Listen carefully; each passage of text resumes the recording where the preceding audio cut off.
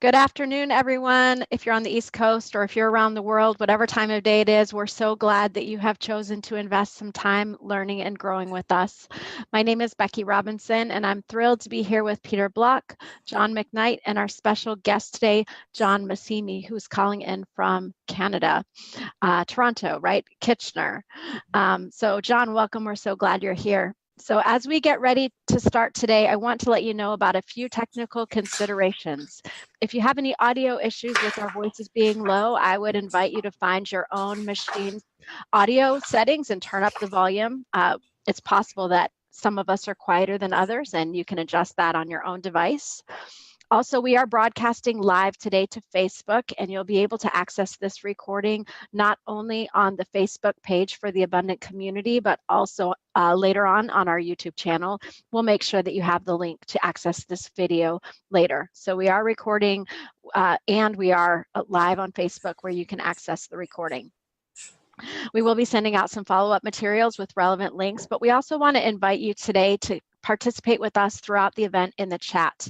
And what I would advise is please select to chat to all attendees and to all panelists. That way, not only our panelists can see your comments, but also your fellow listeners today can see your comments as well.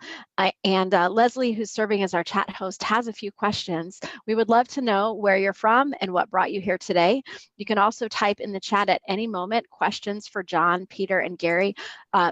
And John to address later. Sorry about that. So, and later on in today's broadcast, we'd be happy to bring you on camera. So you might like to locate the hand raise function. We will select you to come on camera by looking for folks who raise their hands. And that function should be on your Zoom panel. So again, we would love to hear from you. We'd love to hear what brought you here today. And we're also going to be sharing some relevant links in the chat throughout the broadcast. So we invite you to look there as well. So again, welcome to the Abundant Community webinar with Peter Block, John McKnight, and John Massimi. And John McKnight, I believe you are going to introduce our special guest today and share a little bit about his background and insights. And I'll be back with all of you toward the end for Q&A. Thanks, Becky, and welcome to everybody who's joined us today. We have a guest I've known for a good many years. He has a very checkered kind of career, which has made him incredibly informed in different areas of life. He's an Episcopal priest who has been in local parishes and done some amazing community-focused work there. And then he's been an employee of the United Way. And in the United Way, he has similarly been focused on neighborhood issues.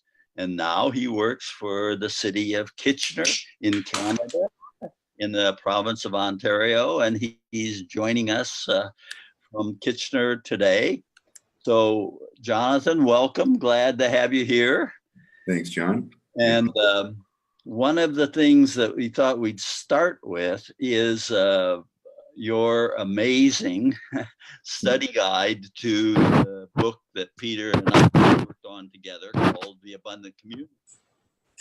And you have developed a curriculum, in a sense, for people locally to use who want to use the book as a way of raising a whole series of questions about community and locality. So I think that the people who are listening can get this curriculum. Is there somebody here who knows how that might happen? I guess on the website. John, Leslie's going to put it up on the chat. On the chat. All right. Good. So I know that you have developed not only the curriculum, but you have used it in all kinds of ways, and it's spreading as a device to get people not so much to do a book review, but to think about the nature of abundance and the possibilities that an abundant community is both the goal and the means by which we can achieve a good life. So why don't you begin by describing a bit about the curriculum and how you first used it and what kinds of reactions you see people giving as a result of reading the book? Yeah. So engagement with the book actually started, I would say, close to 5 years ago, where a friend of mine, even before that, a friend of mine gave me the book, The Abundant Community, and I started buying copies and giving it out, right? And then having, yeah, there you go, you're welcome. There's a little spike in sales during that period. You saw it. Yeah, you saw it, great. And what I was finding was that those that I was sharing the book with wanted to engage in conversation. So then I moved to United Way, and we engaged in this program identifying community connectors. So we had 8 individuals in different neighborhoods, and one of the first things I did was get them copies of the book, The Abundant Community. And slowly we started to work through some of that content. Then when I came to the city of Kitchener, one of the lines in my job description was community development. And I always have issues with trying to unpack that term. And I'm a little bit more comfortable with this idea of community organizing. And when we have the term community development, we were struggling with definitions. So what I did was invited my facilitator team, so there was 4 of us, to read the book together as a basis to have similar outlook, a place to build from in our engagement with our community. The book gave us this wonderful language to kind of understand our experience. And one of the authors outside of this book that has influenced me, and this is kind of my Anglican priest days, was Stanley Hauerwas. And he says, you can only act in a world you can see, and you can only see what you've learned to speak. So language informs our sight and how we engage with our world. So I found this book taught us how to speak a particular way and opened our eyes up to a different reality, the reality of abundance. So after we did that with the facilitators, then we started piloting it with other groups. So out of that, we worked with a neighborhood association where they incorporated the study of the abundant community into their board meetings. So they would reserve some time to unpack some of the thoughts in the book. And then slowly we moved out into the community and offering it at the library. So we had some participants in the library, and currently we're working at having this book study available through utilizing what we have here, the Zoom capabilities to get people engaged in the content. So if you look at some of the rough drafts of this book study, it is very much evolving. We're learning a lot of things. In some instances, we had time constraints where we were only able to have 4 or 5 sessions. So the book study that's available online was adapted to those 4 or 5 sessions. Others wanted to have a chapter a week, so we were able to expand that. And out of that came learnings. So if you'll notice in the curriculum, you had like some ideas on the side, and simple things like food is a connector of people. What times we found were best? How many people should you have in the group? And so on and so on. But when we were sharing this book study, engaging in the book study, I was very interested in the reactions of people. So there were some that the book gave them language whereby they're able to express what they're experiencing in their community, right? That togetherness, the notion of, and I know this is out of Peter's work, the social capital and bringing people together. But for others, it hit a nerve. It was, oh my goodness, I'm living this life, and it actually brought out anger in some. What do you mean? I have the power within myself to do this. And then what I found in these book studies, people were actually arguing to the contrary, focusing on the professionalized services and saying, well, how can we live without them? How can we do without this or that? And really advocating for a position whereby they are handing over their power to professionals, rather than taking it on themselves and creating that future that they themselves can only create as a community. So just to summarize, again, we started off just handing out the book, and then slowly working with the staff, and then bringing in a neighbor association, then working with the library, now exploring an online basis for engagement utilizing Zoom. And coming in May, the book study inspired another book study. We have a woman that's associated with our community center, creating a 5-week study based on the book called Big Ideas with Little People. And she had a parent and taught drop-in, and she wants to share these ideas with them. So she's created a little something out of that. Again, being inspired by these book studies, and it's slowly taking on a life of its own, which is really cool. And I think that was amazing story, John. Mm-hmm. You know, two things. One is, you know, as an organizer, the problem with community development is it conflates real estate with social capital. Mm-hmm. And both sides use it. And so I can see why that term was, and it's a big deal, but it's confusing. Mm-hmm. You know, you can organize people around what bothers you about this neighborhood. And so some people do that lot, those people. You can organize people around what issues make you angry, and how do we get the mayor to wake up. Mm-hmm. You've organized people through the vehicle of a book. And it's probably a good vehicle because it's overly idealistic, vague, and based on something with no evidence. This is not an evidence-based treatise. Yeah. And so I just think using a book as an organizing principle, and then what I thought was great. The other thing, the quote you did about first you act based on what you see, based on what you speak. Mm-hmm. That the book is a vehicle where it gives expression to the idea that all transformation is linguistic. Mm-hmm. And if I find the language, it changes what I see. And if I change what I see, it changes how I act. Mm-hmm. It seems to me that your ministry, your priesthood, your work, your love is to get people to act differently with each other. Yeah. All right. More communally, caring each other.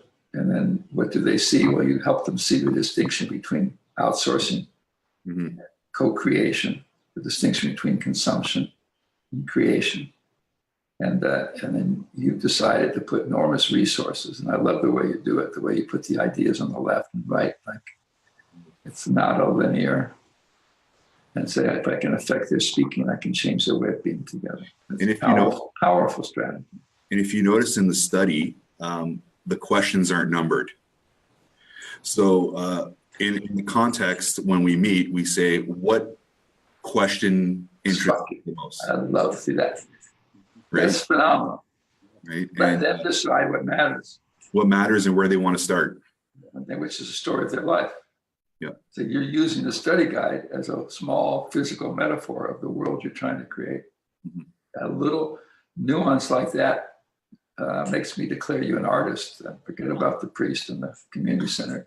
But only an artist sees the importance of something as small and powerful as you pick where we start. Beautiful. That's a huge piece of architecture, Mm-hmm. not an afterthought. Jonathan, let's dig a little deeper into the language of abundance. You said initially what happened was that this gave language to people who didn't have it, and that once you have that language, then you see differently and you act differently. But can you say something more specifically about what is the language that you see emerging that gives meaning to people, that shifts how they're seeing things? Well, I think it's recognizing the gifts. So the gifts language, rather than viewing things in terms of scarcity, but abundance. So when we start to view our reality with that lens, amazing things start to emerge. People begin to tell stories about, not when my neighbor's dog went to the bathroom on my lawn, but when that time when my neighbor actually helped me shovel my driveway or things. So people started to identify, here are the people in my community, here are the stories, here are the gifts. And it became a very powerful discussion, an exciting discussion, because it opened up people to possibilities. So I think that was if you want to say, the gift from that book. It's a new lens to view your reality. And I know that those have read the book, they can't unthink or can't unsee that. Once that thought's in their mind, it becomes this lens through which they're viewing their reality, where they're seeing potential in even the tiniest of interactions. So even when they're meeting a neighbor, it's, what can I give to this neighbor? What can this neighbor share with me? Even those day-to-day interactions, it's just been amazing to see that transformation of the lives of people, where that's become their go-to. Where are the gifts? What is my community strong in? Rather than complaining about where they are. Now you've introduced this to a neighborhood organization, Mm-hmm. and they're reading and thinking about what the book says. Do you see any application? What happens in a neighborhood organization if some of the members or the board or whoever the group is begins to see this kind of language? How does it then translate into their action? Well, in this one instance, it's slowly, in one way, shaking their foundations. They're rethinking what they're doing, recognizing maybe in some of their delivery of their programs, they were more involved in a system way of thinking rather than a gifts-oriented way of thinking. So what I'm seeing with this neighborhood association is a deeper desire to, and I know this is an overused term, but to engage more in grassroots initiatives and to remember where they started. So I see in associations almost this trajectory where they start grassroots, they're recognizing each other's gifts, they're building, and slowly, and I know this is a term you use, get beyond a human scale. Then they start taking on institutional forms and being connected with the city. They become like us based on proximity. So they think about efficiency in boards and policies and procedures, which have its place, but at the expense of sometimes connecting with their community immediately around the center. So what's happening with this one association that I have in mind is they're slowly looking beyond their walls and trying to recapture that community sense and engaging with the neighborhood at large. So they're shifting. It almost gave them a litmus test. Are we more community driven or more institutionally driven? And I was able also to create a resource to have them think through that and where they landed on the scale. And that was shocking to them because they were landing more on the institutional side of things. And then now they're working toward trying to grasp that community focus. Do you see among the participants themselves a kind of collective shift, a way of being together that's different than they might have before? Well, what I found was interesting that in some of the meetings, the language from the book emerged, right? So someone will challenge a thought utilizing the language in the book. And what I found amazing in those gatherings is the power of story, and began to share stories rather than statistics in the meeting. And there were some really cool stories that came out of that. But again, that shift of their thinking, and they're beginning to analyze their own work and toward a particular end, where they're recognizing abundance and trying to mesh that with their current structures. If you were, if you had everybody who's listening in the room, how would you start? What here you have a brief, simple guide, Mm-hmm. but how would you suggest somebody? Where would they look? How might they start? What have you done to just get over the line of from thinking to acting? Well, there's a couple of starting points. So as a supervisor for the city of Kitchener, I was able to bring my team together and saying, hey, we're reading this book, right? In a sense, I was a bit of a dictator. We're going to read this, right? And one of the lines I use with my staff, I go, at the beginning of an initiative, sometimes I'd be a dictator, and over the course of that initiative, I'll allow you to topple my reign. So they slowly toppled and began to take over the study on their own. So when I started a study, in that context, it was, here's the book. With the library, we put out some advertisements, and we gathered those that were just interested in either you two as authors or in the subject matter. And when we would start, one of the things I learned as we did this more and more was people came with something to give, right? And I wanted to create space for that. So if you look at the study, is there something in the book that interests you that you want to share with others? And some nights, just people sharing took up the whole night. Other nights, we were really scraping at the bottom of the barrel. So then we relied more heavily on the guide. So it's just allowing, seeing the study as more like a scaffold, right? And then allowing people to build what they want out of that book study experience, rather than dictating, we need to finish chapter 1 tonight, we better do it. No, it's what thoughts are emerging. And a wonderful product that came out of that was not only we got a sense of what interests people, but they were able to share their stories of community. And I think the storytelling was just phenomenal. You have 4 centers. Mm-hmm. Are they of different socioeconomic status? They are. Anything you notice differently based on people's wealth, middle classedness or not middle classedness, or marginalized beings? I think in some contexts, and I could also draw from my time at United Way, is in certain neighborhoods they can't look beyond the social service lens. It's the more serviced they are, yeah, the more they value the incarceration of services.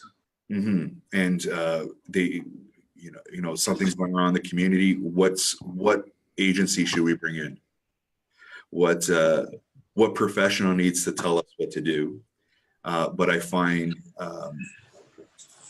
in the more affluent neighborhoods, you have people saying, yeah, we're going to do this ourselves. But they're not conscious of the fact that they're enslaved to other things. Exactly, like consumerism. Consumerism. In the lower income groups, is that where they got angry? No. In the more well-to-do neighborhoods is where they got angry, because in some of those contexts, they are the professionals that are profiting off of the needs of others. So when we say, hey, we don't need you, it opened up another reality. They're part of the social service industrial complex. Mm-hmm. I think that's great. I just think anything you've been disappointed in the process of spreading this. Something I was disappointed in was people's time commitment, right? So when I started my facilitators, I'm like, okay, we'll do 5 sessions, right? And then when I said, well, maybe we can extend this a little bit, we'll do chapter by chapter. Attention span was less when we went chapter by chapter, because it took a larger commitment based on the participants.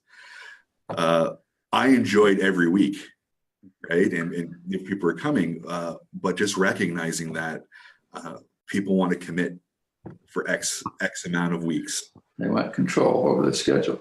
Yeah. I also wonder, we're asking people to postpone action Mhm. for the sake of changing their speaking and seeing, okay? If they jump right to acting, like a quote that was so beautiful, then they'll keep speaking and seeing the world as they did. Mhm. But it's also delicate as to how long you can do that before you have them do something. Yeah. You almost need to feed the habit for action, maybe sometimes before you want to. And if you notice later on in the study, I think one of the questions is, based on what we've read, how then shall we live, right? So earlier on, so in my interaction, that question made its way into the study based on my experience, because it was that you're delaying action, right? We need to think about this. We need to learn how to speak, but then we challenge each other in these studies. How then shall I live? What is something I can do this week to live this out? See, I love that phrasing. I would name the study guide, How Then Shall We Live? Mm. And the subtitle is Put Up with the Abundant Community. This is a vehicle in that direction. Because that question organizes our lives. Mm-hmm. Our life. Yeah. And whatever stage you're in. And I think that's a beautiful. And I think that was an important space to open up for people. Mm-hmm. Saying, well, how is this going to change my life tomorrow after this study, or how I'm interacting with others? Right. And the ones that say it's not are your best partners. Mm-hmm. There has to be place for dissent. Otherwise, the yes doesn't mean anything. Otherwise, Jonathan, it's just, right, John? If you're getting people to think about how will this change my life, right, that would manifest the sense of abundance as an individual. I'm wondering the degree to which you see situations in the various settings where you've done this, where what happens is that an individual then decides to move some way of bringing other people together, to begin to see if we can't, as a group, understand what this means, and therefore what it means in terms of all of us rather than just one of us. Do you see that happening? Does that emerge? I found that emerging when I was doing the work of the United Way, the community connectors, that they were gathering people in their community toward a particular action. I found that as my facilitator team, where it informed our action. So, for example, sorry, I'm just going to reach over my bulletin board here. Here's something that emerged from our work. Well, I'll read it to you. So we had a mandate on our wall at every center, and we have Kitchener's community centers are great places that build great communities. Each center focuses on the unique needs of the surrounding neighborhood by offering activities and services for a diverse group of residents. Our community centers are inclusive, diverse, safe, social, accessible, and connected. And when I met with my team, we had just put these plaques on the wall with the mandate. And I said, I noticed that plaque on the wall. How many of you have memorized it? And no one even knew what it was, right? So I said, how does this mandate mesh with our work and what we're learning in the book? So out of that, we said, okay, what the book is teaching us and what our mandate is kind of setting the frame for us is we're going to develop 4 practices as staff and all our work. So the first is the gifts is a practice. So when engaging neighborhoods, we will focus on the gifts of residents. So that's going to be our starting point. Second is the importance of our limits. In our work with neighborhoods, we will set limits by asking those 3 questions. What can residents do for themselves? What can residents do with outside help, but what can't they do for themselves? So that's classic asset-based community development. Then focus on context. We will pay attention to the uniqueness of neighborhoods, right? And I think that's something that's not typically part of a municipal way of doing things. We want consistency. we want something that's scalable across neighborhoods, but we said we don't want to lose that uniqueness of every neighborhood. And then finally, the fourth practice is hospitality.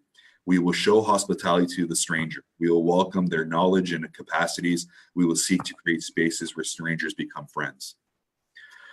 So utilizing the book, utilizing our mandate, we came and we said, here's how we are going to work as a team. So that's in the municipal setting.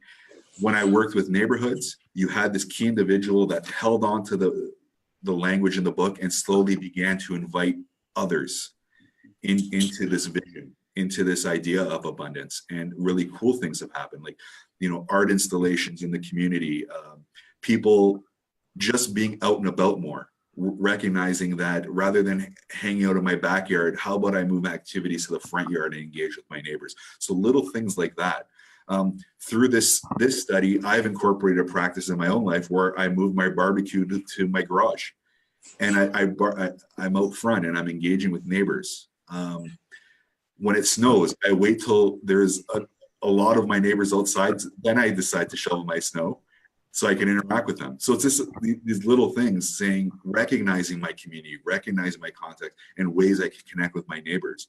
And I'm finding others doing the same, saying, how can I put my life out there for others to see? How can I share what I have with others, and in turn, how can they share with me?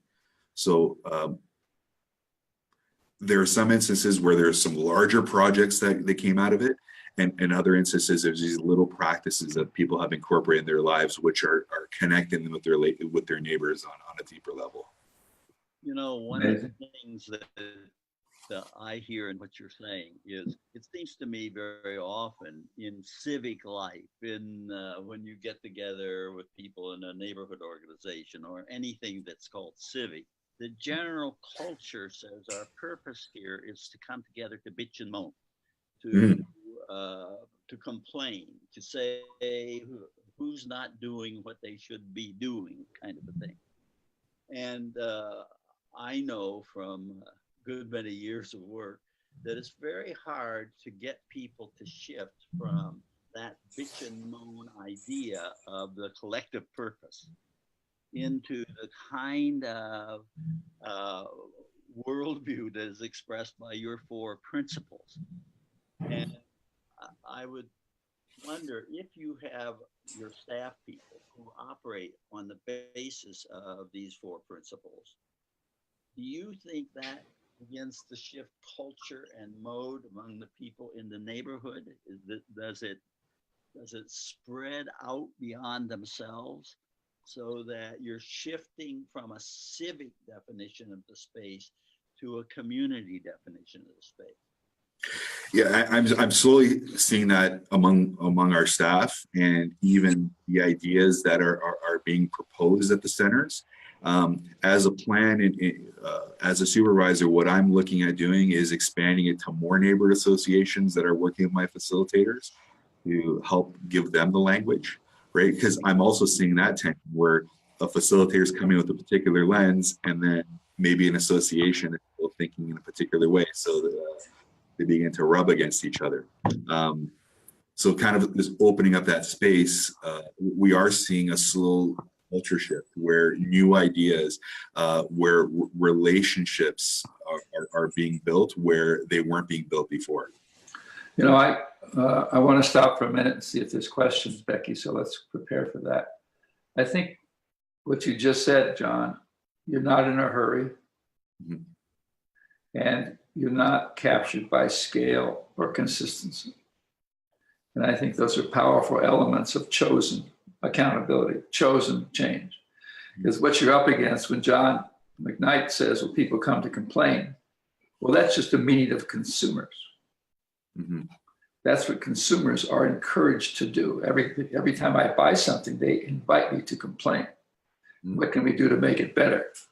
And so I think in the way you're doing this with all the seemingly small elements, pick your own sequence, pick your own conversation. If you want to tell your story and it takes all night, you told your story and we took all night. All those are little acts of shifting away from consumer to citizen, which means they're there to meet their expectations.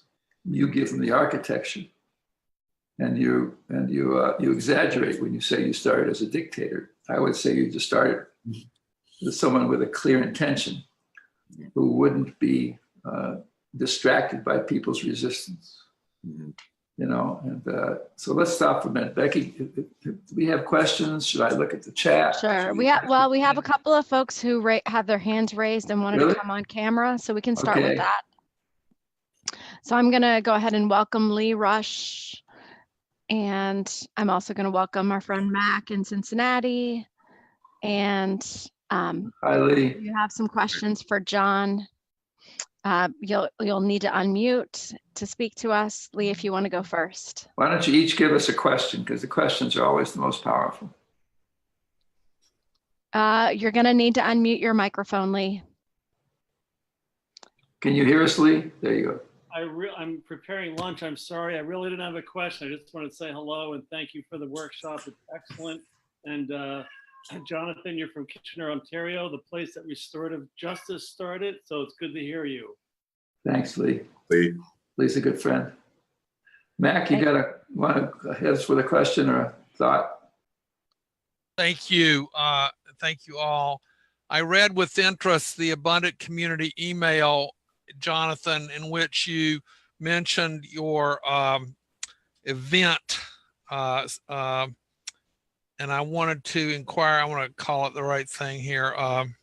The Share Fair? The Share Fair, exactly. I wanted to know more about that. Peter, we're thinking about one around Community Blend Coffee Shop. Thank you. Thanks, Mac. Jonathan, you want to give us a headline? So very briefly, what we encouraged members of our congregation to do was recognize the abundance they have and to declutter their lives. So there was a group of families that had loads of stuff, and I hate garage sales, and I have a long story about that, but we said, here are the stuff that is in our house we don't need. And in some instances, things that were still in packages that we thought we needed, but we never got around to opening. And we invited members of the congregation to come and share that with the community. If you need, come and take, and in turn, neighbors come and share their things.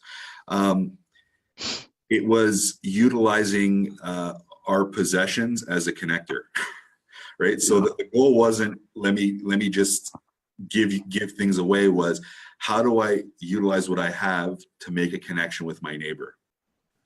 And nor was it, let's get a bunch of our stuff, put it in a container, and then send it to another community that's underprivileged. It was, no, we're bringing people together around the things we have, recognizing we don't need absolutely everything that we own, and how do we bring people together? So 10 families did that. We had it on the churchyard. We got to know a lot of neighbors, and some really cool things emerged out of that, How did you structure it so they actually talk to each other instead of wandering around and dropping and picking things up? Food is a connector. We had food stations and things for people to do and interact with each other. And when you remove the price tag, your conversation is not about bartering for a better price. Yeah. So they actually talk. Did you have people stand by their own possessions as they were No, picked up? you didn't have to guard it either. You're out and about. You took, you came, you did with that. Awesome. When we removed that element of commerce, we opened up a space for people to connect. I love that. Cool. Thank you, Mac. Yeah. So, Becky, are there others? Anybody else raise their hand? I know we've got a community engagement manager from the police department in Longmont, Colorado. Some old friends of mine. So at the current time, there are not any additional hands raised, but if there are folks who'd like to come on camera and have a question, I would love to see those hands raised. I'm happy to welcome you as a panelist. In the meantime, we're wondering, John, if you can tell us the name of the author and book that you mentioned at the beginning. One of our listeners was asking about that. The Speak, See, and Act book. Oh, that's, there's not one book in particular. It comes out of the work of Stanley Hauerwas. How do you spell his last name? Hauerwas,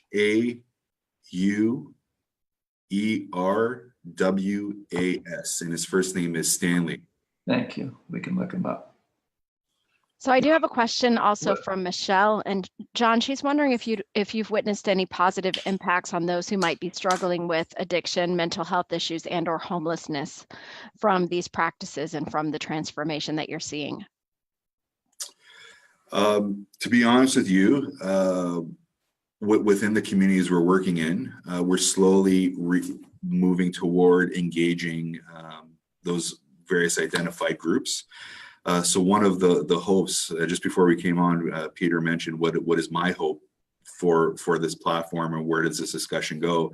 It's my hope that there's someone out there listening, inspired by this, will take it on, interpret it for their context, and hopefully reach those areas that you've identified.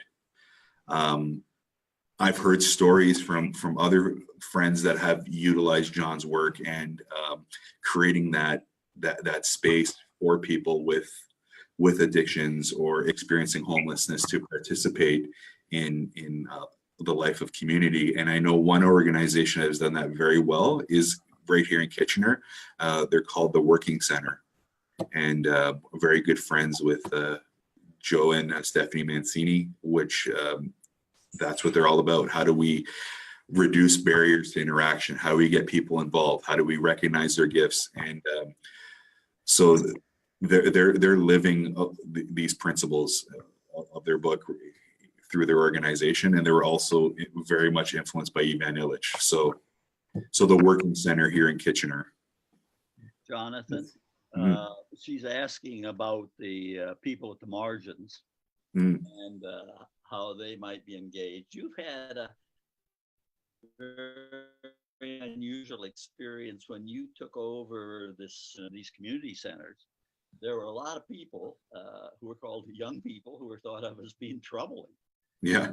Hanging out in your places. And I think your adventure would be instructive if you could give us a brief description of, here are a bunch of kids, teenagers, causing a lot of trouble from the point of view of the people who run the centers. Yeah. How are we going to approach that? Tell us that story. Okay, so my first week of being a supervisor, I get security reports, and within 3 weeks, I got 12 security reports pertaining to youth at a particular center.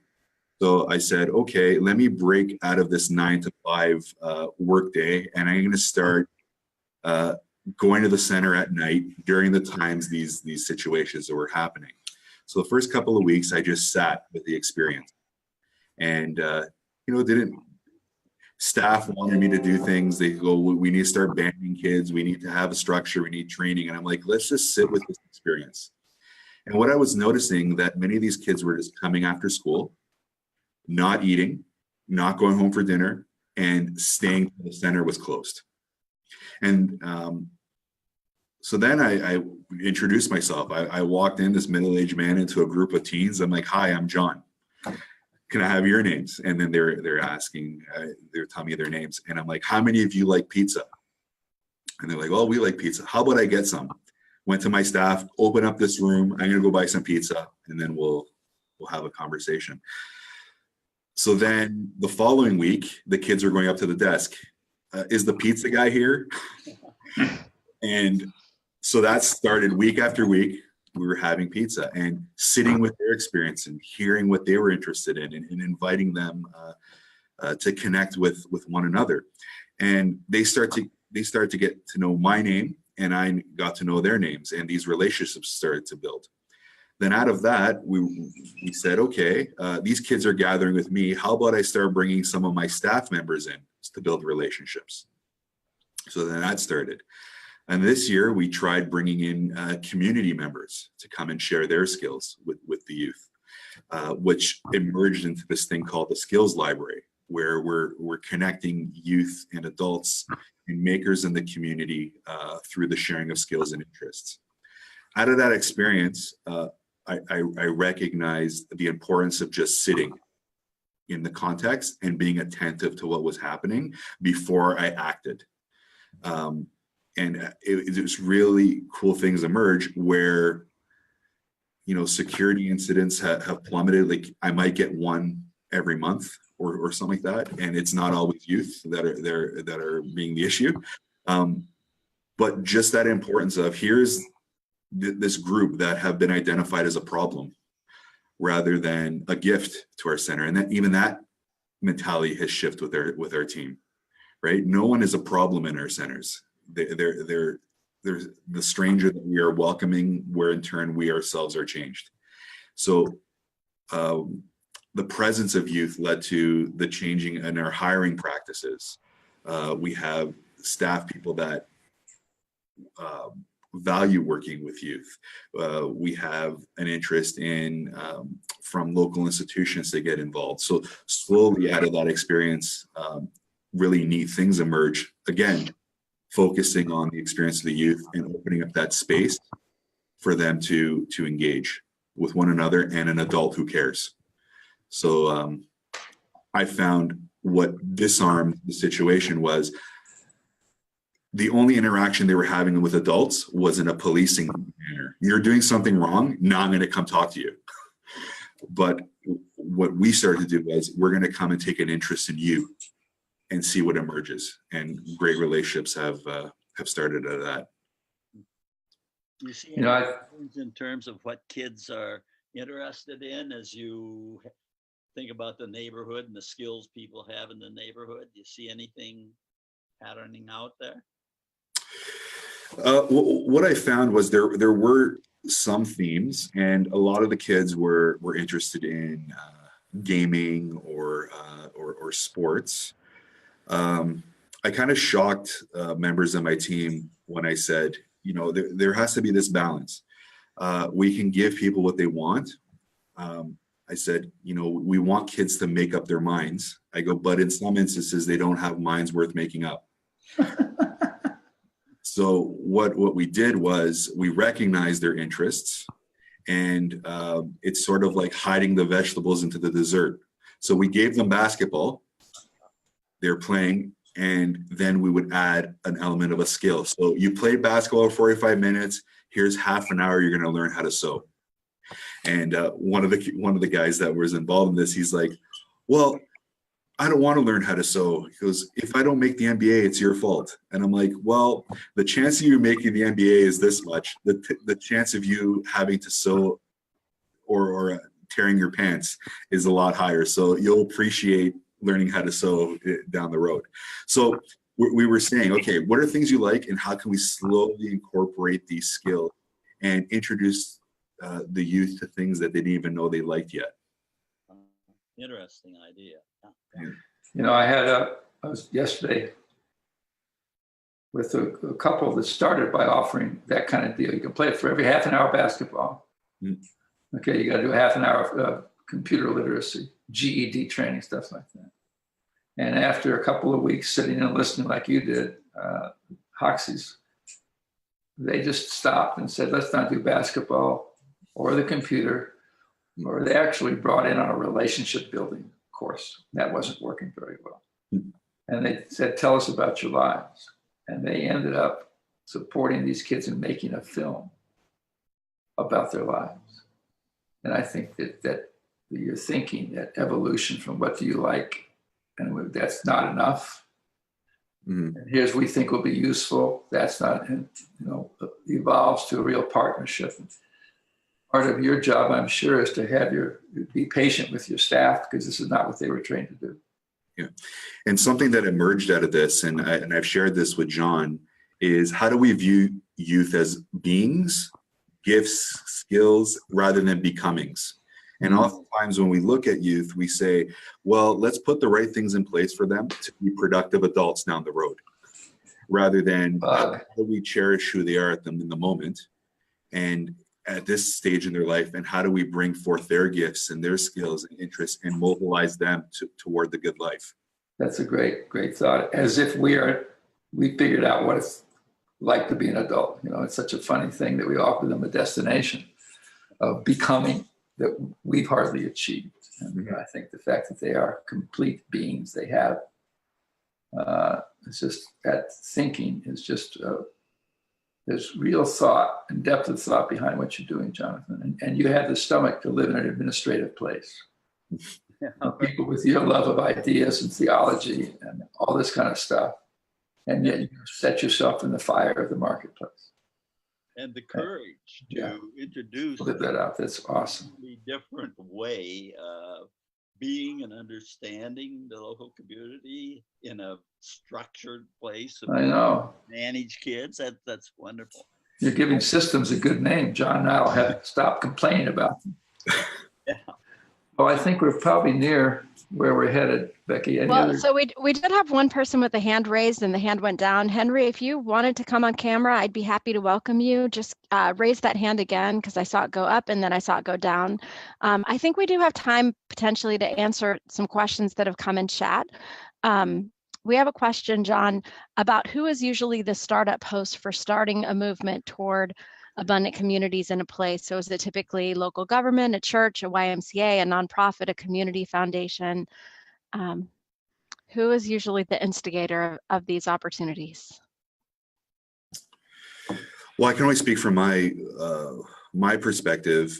By virtue of me being part of these, so the city or United Way, I was very much the instigator. But as it begins to spread, I noted that there were others who were the instigators and took the idea, and it emerged in a different way. But the challenge is, if you are an institution wanting to engage with this, is make sure you don't enter into this like an institution, right? That mindset. We need to, we need to set this goal. There's going to be 10 people per session. This is going to be the outcomes. That try not to measure it. Just as an institution, open up a space for things to happen. And you, as an institutional member, they tolerated your instigation. Because a lot of people, institutions say, well, they can't handle me. And you found a way to instigate and still cohabitate. Well, this is like the thing I showed here, that this mandate, I've developed this practice of taking the language of the institution and reinterpreting it for the purposes of community. Because in some instances, when these things are created, there's a lot of, I like to call it like plastic words, right? Things that are open for definition, where it should look good on paper, but really have no meaning. So how do we give life to those things and define them in a way that benefits community? And another thing that I think must be happening is, if I were running one of these centers and I had a bunch of youth problems, and there's this pizza guy comes in, and my youth problems go way down. I think as a manager of a system, I would be very appreciative of this and begin to think a little differently myself. How we act in ways that build a community rather than police one, right? So, I know we're getting toward the end, but I think the most profound thing I've heard you say today is your 4 principles. And I wonder, because I think it's so useful, that I wonder if you could just say those 4 again. So we have, the first is gifts. Always begin with the gifts of residents. And the second was limits, recognizing our limits, asking those 3 asset-based community development questions. What can residents do for themselves? What can residents do for themselves with outside help? And what can't residents do for themselves and require outside help? The third is context, recognizing that every neighborhood is unique and work within that uniqueness. And then the fourth is that hospitality piece. And what I've shared with my team is the definition of hospitality is not how do we invite someone in and shape them in a way that they fit into our programs, into our structure, but how do we open up ourselves and welcome the other so that we ourselves are changed? And what we do. It's a great benediction. Thank you so much. Yeah, that's wonderful. So I want to make sure we give Henry a chance. Henry's joined us. If you can unmute, if you have a question as we wrap up the hour. I'm not sure. I was chatting to see if we could. Okay, welcome. Henry is a woman. Good morning from Vancouver, British Columbia. I have joined your webinar one time. My question is for Jonathan. You are from a faith community, and I do belong to another faith community. Now, most of the things we do in our faith community is spiritual, programs and encounters and stuff like that. But I was wondering how you got connected with United Way, because that will open doors to, it's not all spiritual. It has to be body, mind, and spirit. So I would like my community to go along that, focus, but it has to come from a different angle.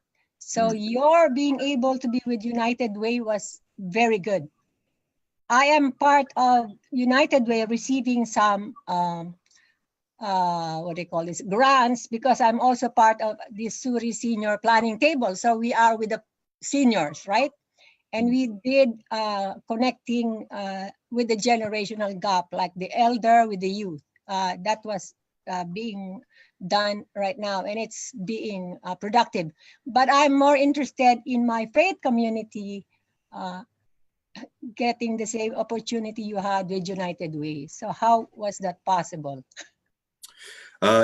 So my connection with the United Way started, I got fired from my church. Okay. So, but then I said to my wife, I don't want to get into this game where I get sent to another community. I'm very much going to commit myself to our community. So Okay. I'm going to look for a job within a 50-kilometer radius. Okay. And that's when I landed with United Way. And what I noted was I didn't divide the spiritual and the material in my thinking. I said, what were the resources that my faith gave me, and how does that inform what I do in my work? And a key as an Anglican priest is the Eucharist, the Lord's Supper, which frames my engagement with my community. Yeah, very much so. I agree with you. It can never be compartmentalized. We are one whole body, mind, and spirit. So that goes well. Thank you very much. And I would like to tell the one who's doing the chat, you are very fast in putting the information right away, the websites and all of those. A question is asked and you come out with the Wikipedia and all of that. That's very good. That's Leslie Stephen. Yeah, thank you. Big thanks to Leslie. Thank you, Jonathan, for joining us today, for Peter and John, and thanks to all of you who have joined us. We want to make sure you know about our next event, which is scheduled for April 30th with special guest Marge Spinney and her organization Renting Partnerships. So we'll be in touch via the Abundant Community newsletter with information about that upcoming webinar. We hope to see many of you there. Thank you. Thank you, Becky. Thanks, John. Thank And you. John. Wonderful.